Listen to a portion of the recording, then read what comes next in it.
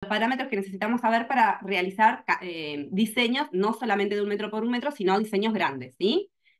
¿Qué es diseñar? Es hacer del paisaje un espacio bonito. En este caso, bueno, es una pradera, pero la idea es que nosotros lo diseñemos como, con lo que nosotros queremos ponerle a ese paisaje. Cualquier escenario natural es un prado, una pradera, un paisaje lindo, pero nosotros tenemos que abocarnos a un espacio, ¿sí? Y de eso hacemos un jardín con nuestra intervención, con nuestras intenciones, con lo que nosotros queramos ponerle a ese espacio reducido del paisaje. Y acá vienen las ideas nuestras o las ideas de nuestros clientes, ¿sí? Yo siempre les hablo pensando en que alguno de ustedes se va a dedicar al paisajismo y el que lo quiera hacer para su casa también vale, por supuesto. Diseñar es plasmar las intenciones que tenemos, tanto nosotros como nuestros clientes, ¿sí? ¿Cuáles son nuestros deseos? ¿Cuáles son las necesidades? Pensamos que, por ejemplo, queremos tener un lugar donde nos den ganas de volver, donde tengamos un lugar que nos guste según cuáles sean nuestros requisitos. Si, por ejemplo, tenemos una familia conformada por una pareja joven con 4 niños, vamos a necesitar darle un espacio amplio para que esos niños jueguen. En cambio, si nuestros clientes fueran una pareja de adultos mayores, por ejemplo, le podemos dar un espacio para compartir la mesa, el mate, un horno de barro, recibir a la familia, un lugar para huerta. O sea, va a depender de cómo sea la persona que va a utilizar el espacio, va a depender de cómo nosotros lo vamos a diseñar. Mediante el diseño que nosotros plasmemos, le vamos a dar sentido y contenido a este espacio. En esto que les decía, según quiénes sean nuestros clientes, es cómo lo vamos a diseñar. Es un proceso de negociación entre las intenciones humanas y las intenciones de la naturaleza, ¿sí? Acá fíjense que, por ejemplo, hay una pérgola. Bueno, la pérgola es la intención humana, pero la naturaleza es la que va a forrar esa pérgola con una enredadera, por ejemplo, o cada uno de estos canteros, ¿sí? Acá hay mucha arquitectura, pero bueno, nosotros tenemos que darle el espacio a la naturaleza para que se desarrolle. Pero ¿cómo vamos a lograrlo? Haciendo un buen diseño, colocando plantas que no se desborden en esos canteros, porque también tenemos que respetar esa arquitectura que hay impuesta, porque si nosotros ponemos especies sin conocer cómo va a ser su crecimiento, quizás esas especies se desborden y terminen tapando todo lo arquitectónicamente que hay armado o diseñado por la gente que trabaja en la arquitectura. Es un proceso creativo diseñar todos los jardines, mediante el cual hay factores objetivos. Recuerden que todo se puede medir, todo se puede calcular, hay que saber cuál es el crecimiento adulto de cada planta para saber cuántas plantas van a entrar adentro de cada cantero. Entonces así podemos organizar el espacio, ¿sí? Y hacer un todo que sea armónico y funcional para lograr vivencias subjetivas, que son las que cada uno quiere disfrutar del espacio, lograr que uno tenga ganas de volver a ese lugar. Acá les puse cómo eran los primeros jardines de la historia, ¿sí? Fíjense que esto tiene fecha del... Uy, lo volví a cortar. Ay. Del 1500 antes de Cristo, ¿sí? Y ya en esta época había diseños de paisaje, entre intenciones, negociaciones entre la naturaleza y las intenciones humanas. Fíjense que acá en Egipto ya hacían diseños de una fuente de agua y alrededor ponían árboles de gran porte, había arbustos. Si se fijan, hay diferentes tipos de texturas, ¿sí? Ya en esa época empezaban a hacer diseños de cómo querían conformar los espacios, de cómo querían hacer sus espacios verdes, ¿sí? Un lugar con sombra para disfrutar de esa fuente de agua, para poder pasear. Miren en qué época, ¿no? Desde principios de las épocas se hablaba de que todo lo que era la creación de los jardines eran obras de arte. Fíjense en el Renacimiento italiano, esos jardines perfectos, podados, mucha mano de obra, ¿sí? Acá hay alto mantenimiento, esos jardines todos estructurados con podas topiarias, tenían que ser todos perfectos. En Islam se buscaba siempre que hubiera una relación con el agua, ¿sí? Ellos siempre tenían fuentes de agua donde iban a transitar, donde el agua era fundamental para ellos. Entonces, los jardines siempre se hacían contemplando las fuentes de agua, que era su símbolo. Y en China o en Japón teníamos estos jardines muy coloridos. Fíjense que en los jardines japoneses siempre van a encontrar árboles rojos, colores fuertes, ¿sí? Son jardines bien intensos. Entonces, siempre al diseñar empezamos a hacer un trabajo organizado, es un proceso racional donde nosotros tenemos que analizarlo, organizarnos y empezar a cumplir cierta información que nos va a hacer que nosotros completemos el trabajo, porque si no nos van a quedar huecos, ¿sí? Entonces hay que organizar nuestro trabajo para que el trabajo de diseño sea completo. Y vamos a seguir un proceso. Primero vamos a buscar la información de cómo es el lugar, ¿sí? Dónde está ubicado el terreno, cuántos metros va a tener, si está en pendiente o es un lugar llano, lo podemos ubicar con toda la tecnología que tenemos hoy. Bueno, encontrar específicamente el tamaño y la ubicación del terreno, para saber por dónde sale el sol, por dónde viene el viento, todas estas informaciones nos interesan. Después de eso, tenemos que saber cómo es la familia que va a utilizar ese jardín. Entonces, también tenemos que buscar información. Y con eso vamos a poder hacer un anteproyecto para informarle al cliente o para nosotros mismos, para empezar a analizar en nuestro escritorio, en nuestro papel, lápiz y papel, qué es lo que queremos llevar adelante y cuál es el proyecto que queremos ejecutar. Acá vamos a utilizar herramientas que son, ahora vamos a ver todo esto, los llenos, los vacíos, las formas, los colores, los aromas y las texturas. Las texturas ya las vimos, de colores también estuvimos viendo y formas también. Así que creo que lo que nos queda acá como concepto a buscar es lo de los llenos y los vacíos, que es muy fácil, ya lo van a entender. Entonces, así vamos a generar los espacios que nosotros queramos diseñar según lo que nuestros clientes quieran y según lo que nosotros diseñemos con lo que nosotros aprendimos y también le vamos a poner nuestro bocadito a todo lo que vayamos diseñando porque también tenemos que dejar nuestra marca, ¿sí? Hay algunos diseñadores que, por ejemplo, siempre usan praderas. Hay otros diseñadores que se enfocan en las podas topiarias. Hay otros diseñadores que siempre dejan plasmada una fuente de agua. Bueno, cada uno tiene lo que más le gusta y lo puede ir incorporando en sus diseños como marca personal.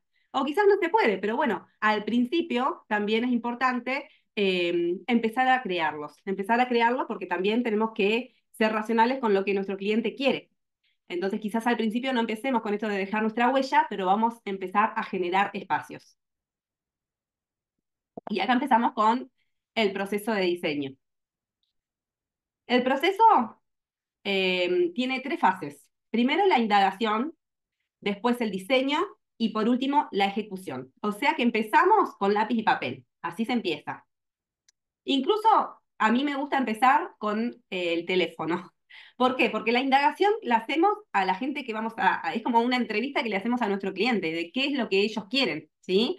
En esta etapa de indagación es como una entrevista al cliente para que nos explique cómo es el terreno y qué es lo que le gustaría hacer en su jardín. Es el relevamiento de la información y acá empezamos a armar la lista de premisas, que las premisas son toda la información que nos va a dar el cliente sobre lo que quiere para ese espacio.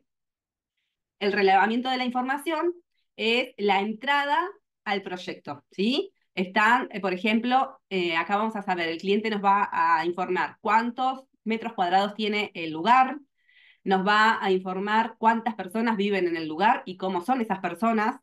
Y también vamos a tener que buscar información nosotros, depende dónde está el lugar, sobre el reglamento municipal, porque ya hablamos de esta cuestión de que nosotros no podemos pasar por arriba el reglamento municipal, porque si nosotros ponemos plantas donde no corresponden, después al que van a infraccionar va a ser al cliente y el cliente va a venir sobre nosotros. Entonces también nosotros tenemos que estar muy atentos a esas cuestiones, más que nada cuando hablamos de la vía pública, de las veredas y todo lo que tenga que ver con lugares más públicos.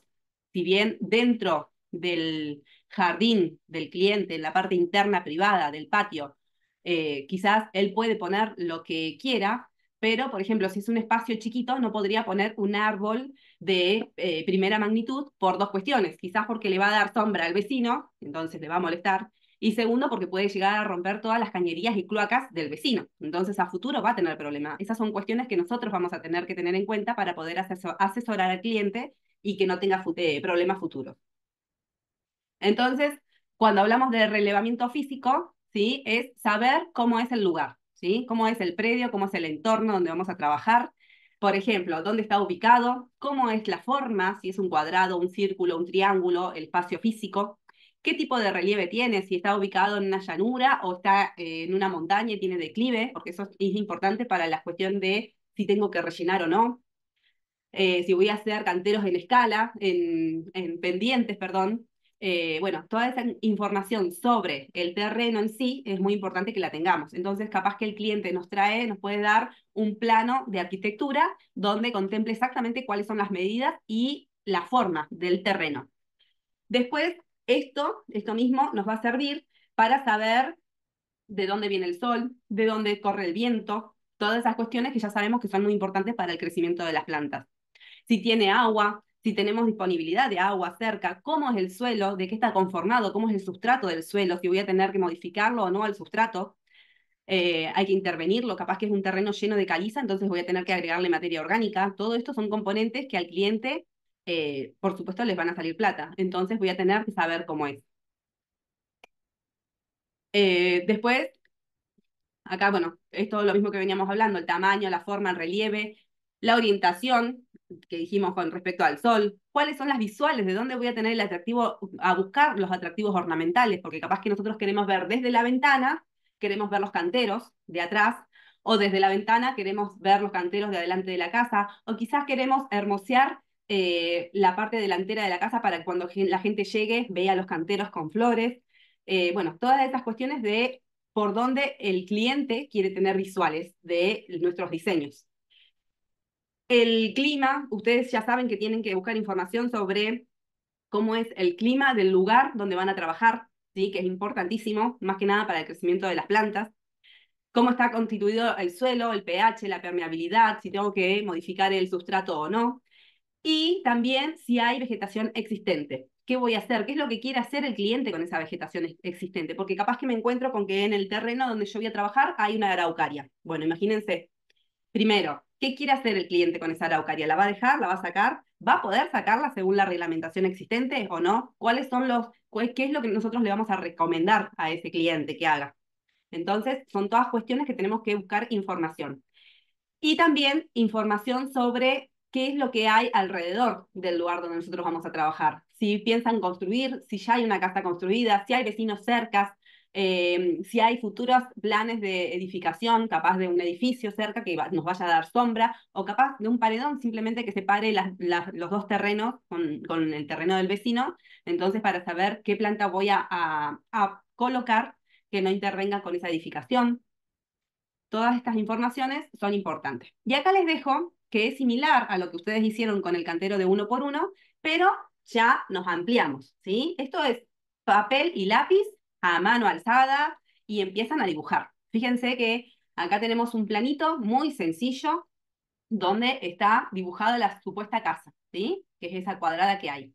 Bueno, yo con eso ya tengo un parámetro de qué lugar de todo el terreno va a ocupar la casa y cuál es el lugar que yo tengo para diseñar. Fíjense que hay mucho espacio, que había mucho espacio en blanco y que yo fui llenando con ideas propias mías y también con las ideas que me dio el cliente, porque yo para eso fui, lo entrevisté, le pregunté qué es lo que quiere él, qué ideas, qué es lo que se imagina en su cabeza, en su futuro para ese jardín.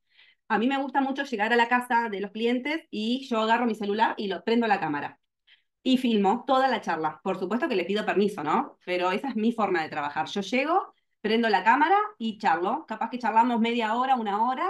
Toda esa filmación la dejo grabada en mi teléfono. Entonces, cuando llego a mi casa, agarro, me pongo en el escritorio y escucho esta conversación, porque de ahí es donde voy a sacar toda la información y no me va a quedar duda y no se me va a escapar nada, ¿sí? Entonces ahí yo voy a saber todo lo que me fue contando el cliente sobre el suelo, sobre el clima, sobre qué plantas le gustan a ellos, sobre qué es lo que quiere, si quiere poner una pérgola, si quiere una pileta, si quiere un horno de barro, si quiere poner sauces, si quiere poner árboles pequeños, si le gustan las rosas o les gustan no sé, las salvias, toda esa información la tengo contenida en el teléfono y logro que no se me escape nada. Entonces puedo tener una charla bien fluida porque voy charlando mientras voy grabando y, bueno, no me pierdo de nada. Hay gente que va con papel y lápiz y va anotando todo va anotando todo. Bueno, son diferentes técnicas. Cada uno va a elegir la técnica que más le guste.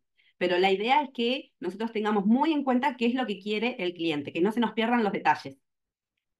Y también sacamos muchas fotos. Fíjense, mira, acá este terreno fue un trabajo, pero fíjense que había previamente un montón de árboles ya existentes. Entonces tuvimos que ver qué es lo que querían hacer con esos árboles, si los querían dejar, si los querían sacar, si querían apropiarse del espacio para aprovechar esa vegetación, porque también es una pena sacar árboles tan grandes, de tantos años que lleva a crecerle esos árboles a esos tamaños, y sacarlos.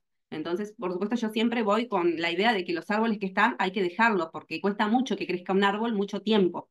Entonces, si ya están crecidos, si ya están bien fisiológicamente, no corren riesgos y no ponen en peligro a nadie de las personas que vayan a vivir en ese espacio, es una pena sacarlas a las especies cuando ya están adaptadas y crecidas.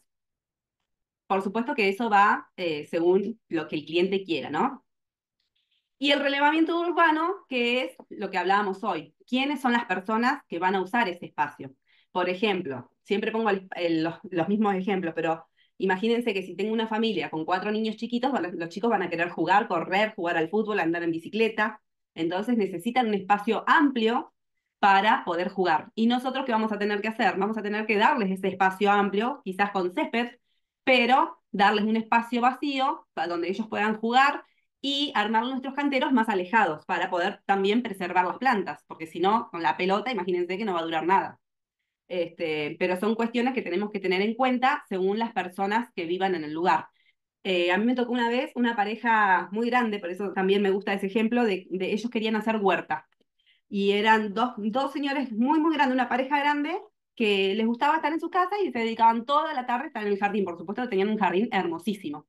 Entonces hicimos caminos, senderos, en el fondo una huerta, y estaba muy poblado de especies con gran cantidad de mantenimiento, porque como ellos estaban abocados al jardín, a ellos sí le podíamos poner plantas herbáceas, plantas anuales, que las iban a ir sacando, cambiando. Era mucho el trabajo de mano de obra que requería ese jardín, pero también era darle una utilidad a ellos, porque ellos estaban dedicados a eso. Entonces, fue muy lindo el trabajo ese.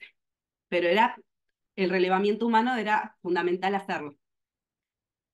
Entonces, acá, por ejemplo, los usuarios, quiénes y cuántas son, eso ya lo dijimos, los deseos y las necesidades que cada uno tenga, esto que hablamos recién. Esta pareja quería tener un jardín para dedicarse a ese jardín.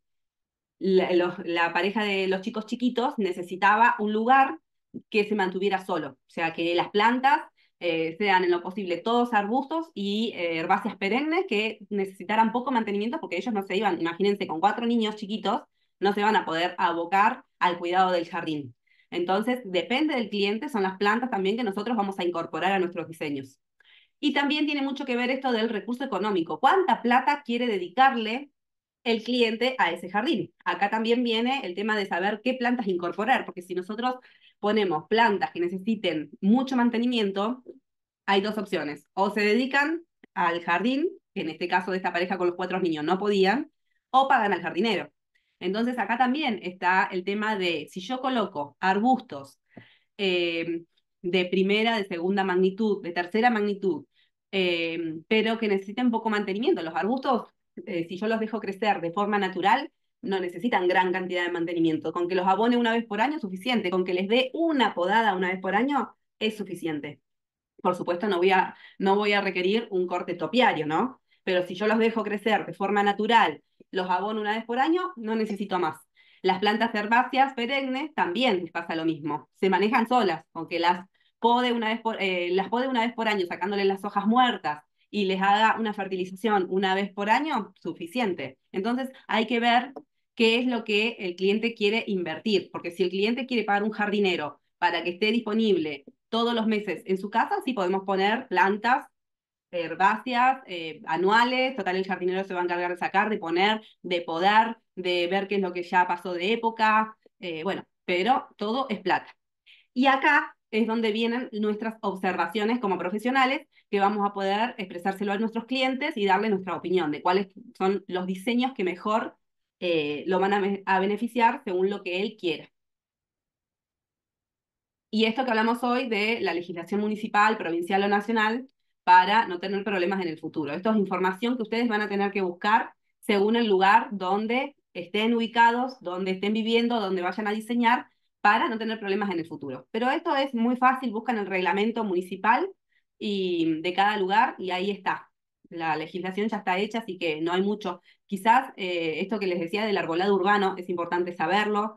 Y después, por ejemplo, como hablábamos hace un ratito, la araucaria es un árbol que no se puede cortar porque es un árbol milenario que está prohibido. su poda, su corte. Entonces, ese tipo de cuestiones que son muy puntuales y que generalmente se conocen, así que no va a ser difícil de que la encuentren a la legislación. Y con toda esta información en papel y lápiz, ¿sí? Siempre, todavía no salimos del escritorio. Ustedes siguen sentados en la mesa, en la silla, lo único que hicieron fue ir a charlar con el cliente. Todavía no empezaron a organizar el diseño. Con todo esto, vamos a hacer un listado de premisas, que se llama, que es una redacción donde vamos a sintetizar y a ordenar todas estas ideas que nos fueron dando los clientes, ¿sí? Acá vamos a hacer un listado sintético y con todos los requerimientos que el cliente nos pidió. Si quiere pérgola, si quiere tener un camino de granza, si quiere colocar no sé, el cerramiento de los canteros con madera o con chapa de corte. Bueno, todas esas cuestiones, ahora la vamos a ver, hay que anotarlas todas para que no se nos pasen los detalles, que es fundamental el tema de los detalles. Acá, ¿qué incluyen las premisas? Miren, lugares de uso. Por ejemplo, si quiero poner una mesa abajo de un árbol para recibir a los parientes cuando vienen los fines de semana y poder comer un asado en esa mesa. Las circulaciones, ¿cómo voy a hacer el recorrido para que los chicos corran a lo largo, desde la entrada donde dejaron los autos, en la entrada de la casa adelante, hasta el patio trasero donde están los juegos? ¿Sí? Todas las circulaciones los llamamos a los caminos que vamos a hacer internamente en el jardín o en el parque donde vamos a trabajar. Los tipos de cercos, cercos perimetrales, ¿sí? Los cercos perimetrales, generalmente en esos terrenos donde no existen los paredones, se utilizan cercos con arbustos, ¿sí? Que dividen los terrenos con el terreno del vecino. También puede ser un alambrado con enredaderas, o puede ser un paredón, que nosotros le hayamos puesto una enredadera que se adapte al paredón y que crezca sobre el paredón. Hay que ver de qué manera intervenimos en los límites del terreno con las especies. Los vacíos y los llenos. Los vacíos es esto que hablábamos hoy del lugar donde no hay nada, donde los chicos pueden correr. Y los llenos son los lugares donde nosotros vamos a poner las plantas con un nivel, los canteros vienen a ser. Es todo lo que no se puede entrar y pisotear, ¿sí? La vinculación de esos espacios con la casa. ¿Cómo vamos a ver nosotros esos jardines desde adentro de la casa? Y cómo, imagínense que abren la puerta balcón y cómo vinculan y hacen que la parte del jardín exterior de la casa sea parte de la casa interna. Entonces poder utilizar los dos espacios y es una forma de ampliar la casa también, porque en verano abrimos la puerta balcón y todo se unifica. Quizás en invierno no, porque bueno, el clima no nos deja utilizar la parte del espacio verde como quisiéramos, como lo utilizamos en verano. Pero en verano es una ampliación de la casa, el patio, y es el lugar donde nos tiene que gustar estar, ¿sí? ¿Cómo tratar las vistas externas? Esto es con relación a los vecinos. ¿Queremos que el vecino pueda ver para dentro de nuestro patio o no? ¿Nosotros queremos ver al vecino o no? Las especies que vamos a utilizar. Hay que ver qué es lo que le gusta al cliente y qué es lo que nosotros le recomendamos según el ambiente donde está ubicado el terreno donde vamos a trabajar. Los objetos que vamos a incorporar es, por ejemplo, si queremos poner una pérgola, si hay una pileta, si vamos a incorporar luminarias, si hay, por ejemplo, tienen un horno de barro y capaz que le podemos poner un árbol para que en el futuro pongan una mesa y tenga sombra cerca del horno de barro. Eh, bueno, son todos los objetos que ya no son plantas, pero en los cuales hacen lugares de uso y que nosotros vamos a poder intervenir para que ese lugar, con esos objetos, tengan más ganas de estar en esos lugares, ¿no? ¿Qué se va a conservar y qué no? Esto con respecto a las especies que están en el lugar antes de que nosotros como diseñadores lleguemos, ¿sí? Si hay árboles grandes y crecidos, los van a dejar, los van a sacar. La paleta cromática son los colores de las flores o las plantas que nosotros vamos a incorporar según lo que el cliente quiera, qué es lo que le gusta.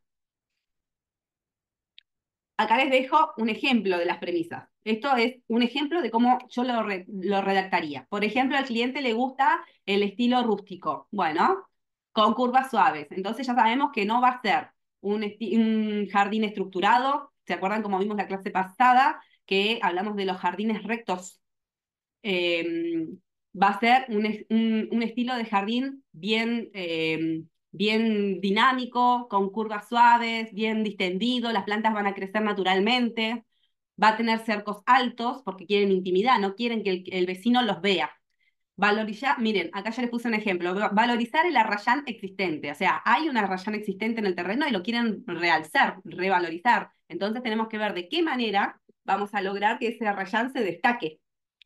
Terraza a la salida del estar. Esto habla de la vinculación de la casa interna con la salida al patio. Entonces, ese espacio que conecta a la casa interna con el patio exterior tiene que resaltarse. Capaz que le podemos poner un deck, poner macetones, hacer que justo ese lugar, que es el límite, sea un lugar lindo, que sea un lugar donde podamos estar, que nos den ganas de salir al exterior, ¿sí?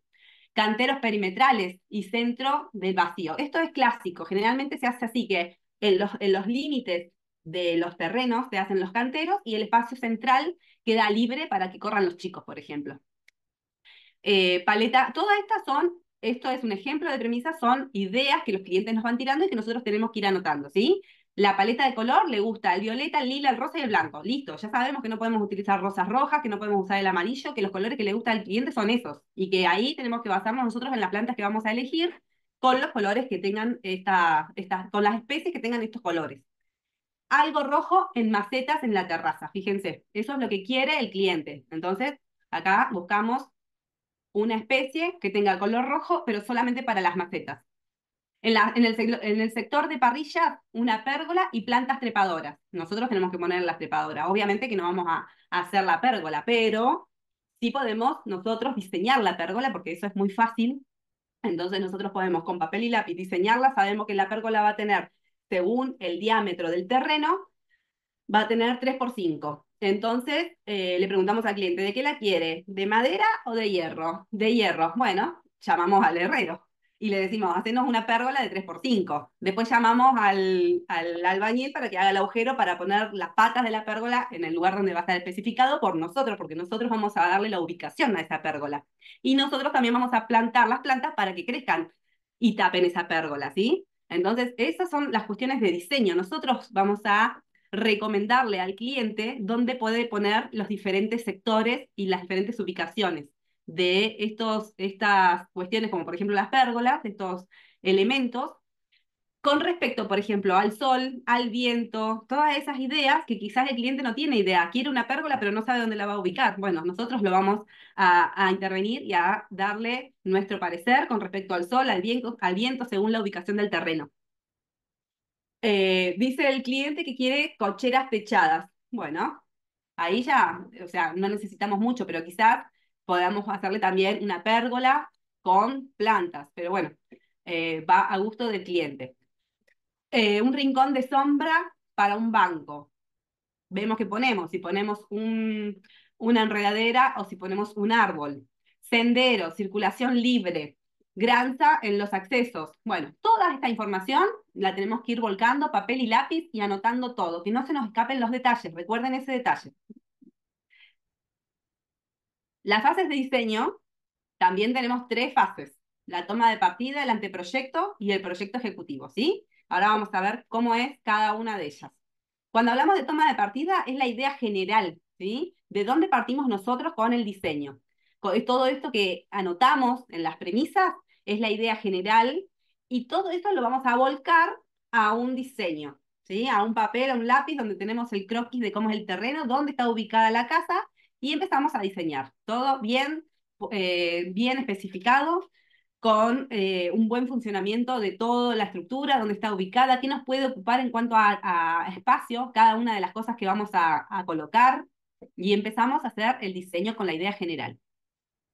Entonces acá tenemos empezamos con 2 propuestas, una que es la funcional y otra que es la formal. La propuesta funcional, ubicamos en el terreno sectores y los principales objetos. Cuando hablo de sectores es, por ejemplo, la plaza o el lugar de juegos, el sector de la parrilla, el sector de la pileta, el sector del solado para tomar sol al lado de la pileta, el sector de la mesa para tomar el té a la tarde. Todos esos sectores que puede llegar a tener un terreno depende de las dimensiones del terreno, ¿no? Y hacemos una propuesta formal en papel y lápiz, siempre en el escritorio, con las primeras líneas principales de cómo nosotros trataríamos el espacio. Y se lo llevamos al cliente. Y el cliente nos va a decir si le gusta o no le gusta.